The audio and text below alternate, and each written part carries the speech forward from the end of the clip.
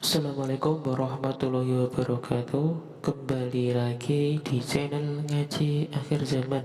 Di video kali ini kami akan membagikan ceramah Gus Ba yang membahas tentang kebenaran Islam akan diterima di seluruh dunia. Untuk lebih jelasnya, mari kita simak videonya sama-sama. Sekian dari saya. Wassalamualaikum warahmatullahi wabarakatuh. Salam NKRI. Di Quran itu sampai lihat di tafsir Tobari itu ada ayat bal naqdhifu bil haqqi 'alal batil fayadmaghuhu fa idza huwa zahid. Qadzafa itu kalau di kamus tak lihat itu takallama bila dalilin. Qadzafa itu yes pokoknya sekenanya. Artinya gini, kebenaran Islam atau kebenaran hak itu kamu taruh sekenanya saja itu tetap menang. Apalagi kamu taruh secara teratur, kamu taruh sekenanya saja itu tetap menang. Sehingga di sini banyak sahabat yang hidup di Cina. Sekarang juga banyak orang alim yang milih hidup di Amerika, banyak orang alim yang milih hidup di Inggris. Dan mereka pede, percaya diri karena kebenaran itu kamu letakkan di mana saja, itu tetap akan menang, akan menemukan momentum kemenangannya. Misalnya gini, contoh paling gampang. Dulu para peneliti, saya ulang lagi, dulu para peneliti itu ya datang kemana-mana, termasuk Ibnu Battuta, termasuk Ibnu Khaldun, ya semua peneliti itu suka neliti. Setelah diteliti, Quran itu satu-satunya kitab suci yang membicarakan sains, misalnya tentang falak, tentang astronomi, tentang asal-usul kejadian manusia, kejadian makhluk, juga bicara tentang geografi, geologis, semuanya. Sementara kitab lain hanya cerita tentang mawaid wal hikam wal ibar. Jadi diteliti kayak apa, pada akhirnya hak ini yang menang. Bal naqdhifu bil haqqi 'alal batil fayadmaghu fa idza huwa zahid. Saya berkali-kali cerita, ada ulama yang ahli matematika. Ketika ditanya kenapa kamu suka ngajar matematika, sampai muridnya itu ragu, ini guruku mlebu swarga ta ora, penggaweane mulang matematika. Tapi para muridnya bermimpi bahwa Imam Amudi itu disuruh ngajar para malaikat. Dan itu pede betul ya. Kata Allah, ini ulama saya yang iman kepada saya setingkat iman kamu.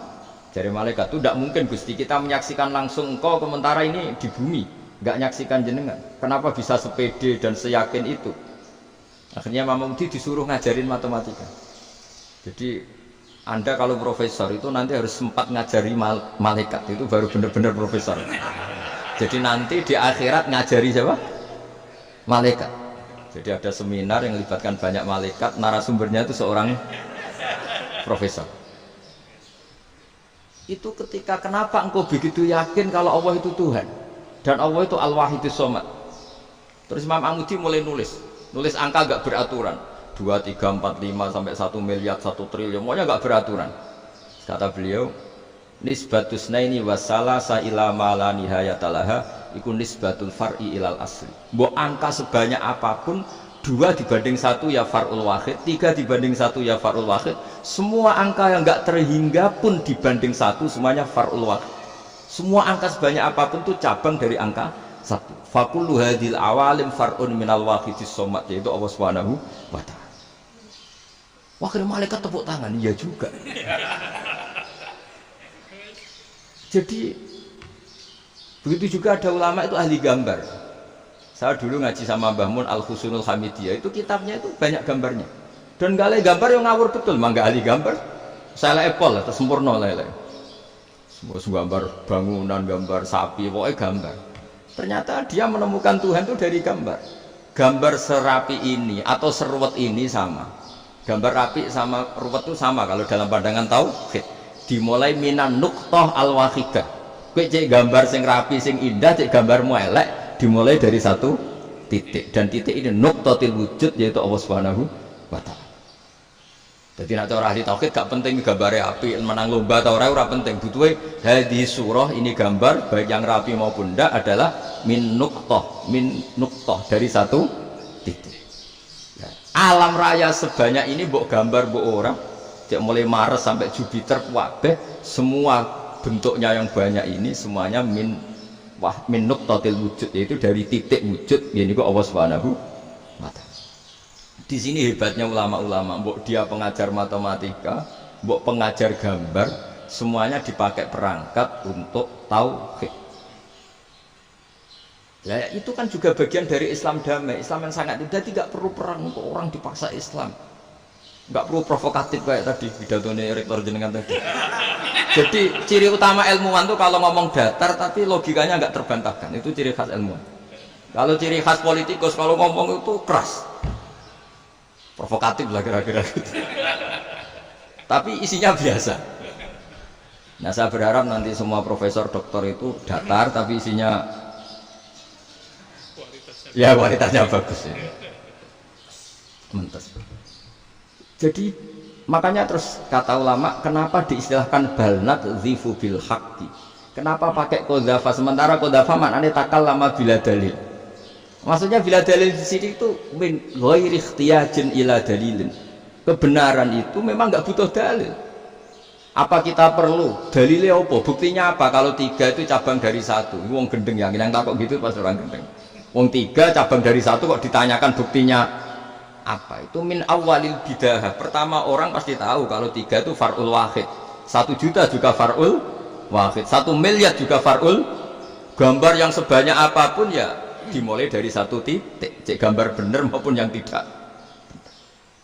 Akhirnya apa? Ulama dulu itu sebegitu rileks nerangkan tauhid. Lalu kenapa asma ini yang ya ini kan khas NU ya, khas pesantren. Sebenarnya saya keberatan pakai istilah khas NU, pakai khas pesantren karena NU itu anaknya pesantren, jangan dibalik pesantren anaknya NU, karena sebelum ada NU itu ada pesantren. Tapi kayaknya Unisma lebih suka pakai bahasa NU dan saya ya agak orderan yang terpaksa disuruh ngomong. Ini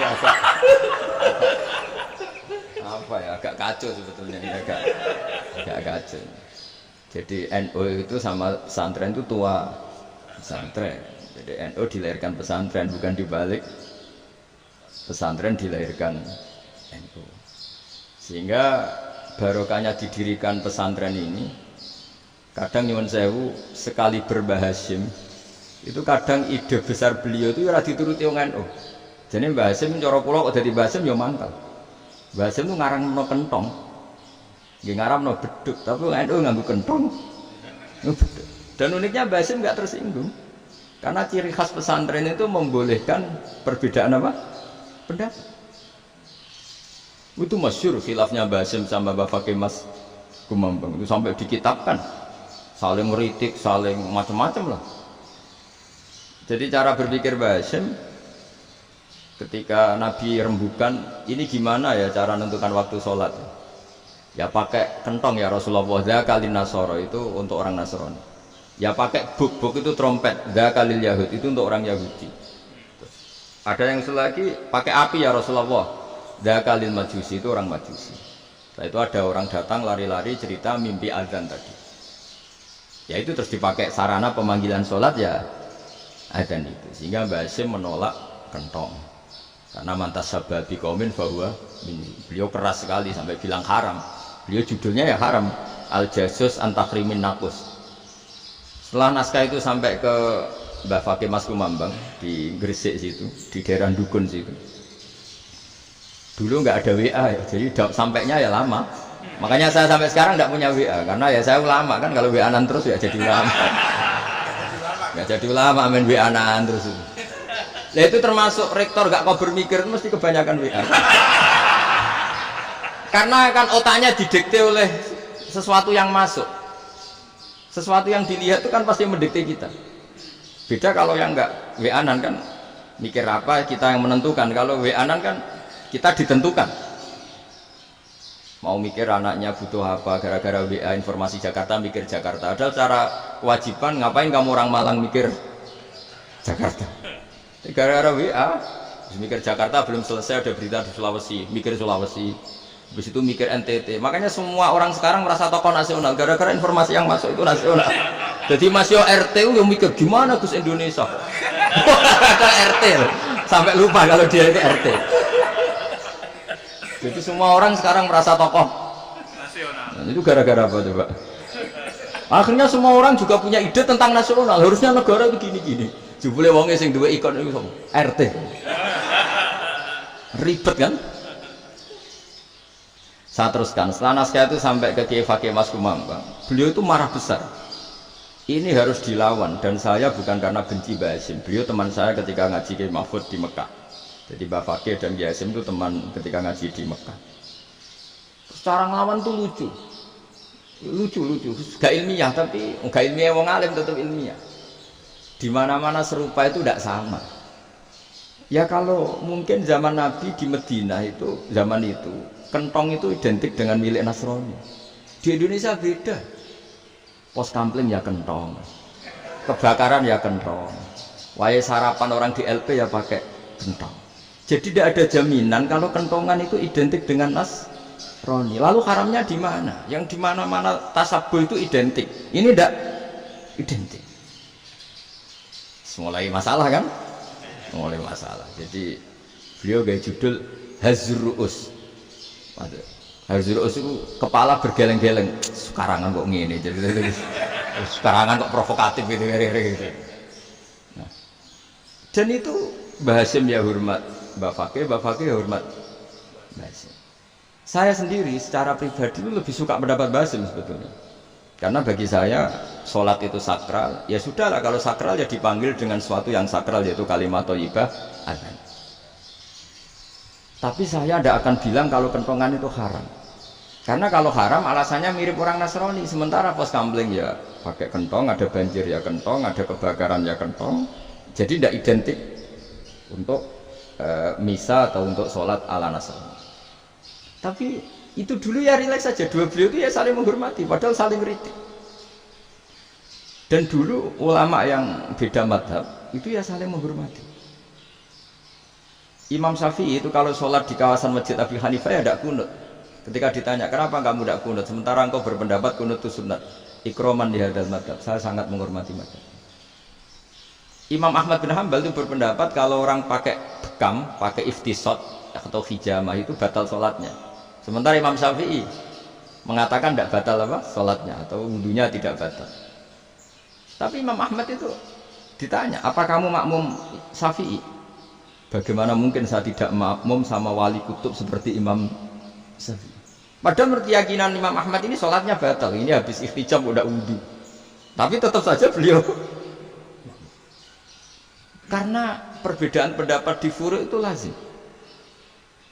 Ya orang boleh berdebat. Ketika Unisma datangkan saya, itu saking senengnya kiai, apa saking sombongnya sampai ngatur kiai, kan nggak pernah bisa diperdebatkan. Itu kan orang boleh debat kan?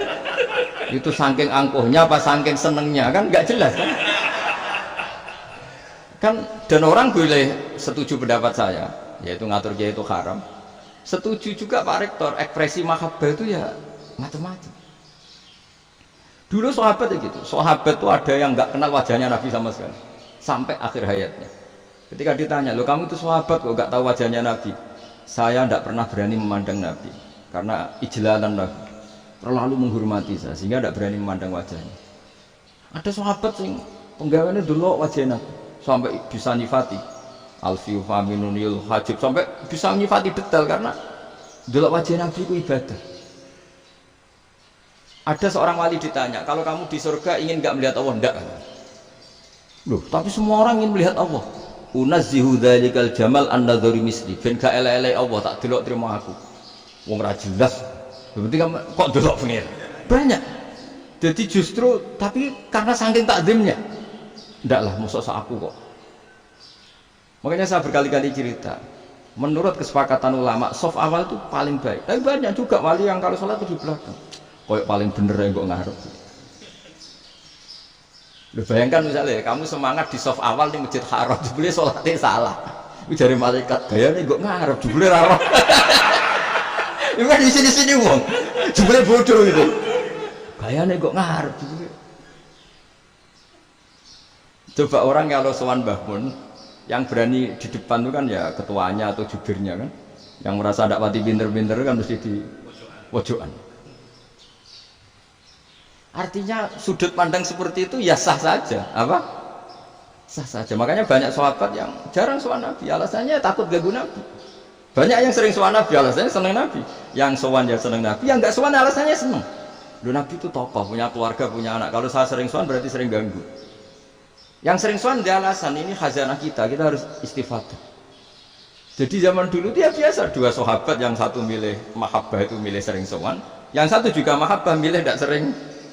Karena pertanyaannya bisa dibalik kan, sering sowan apa sering ganggu coba.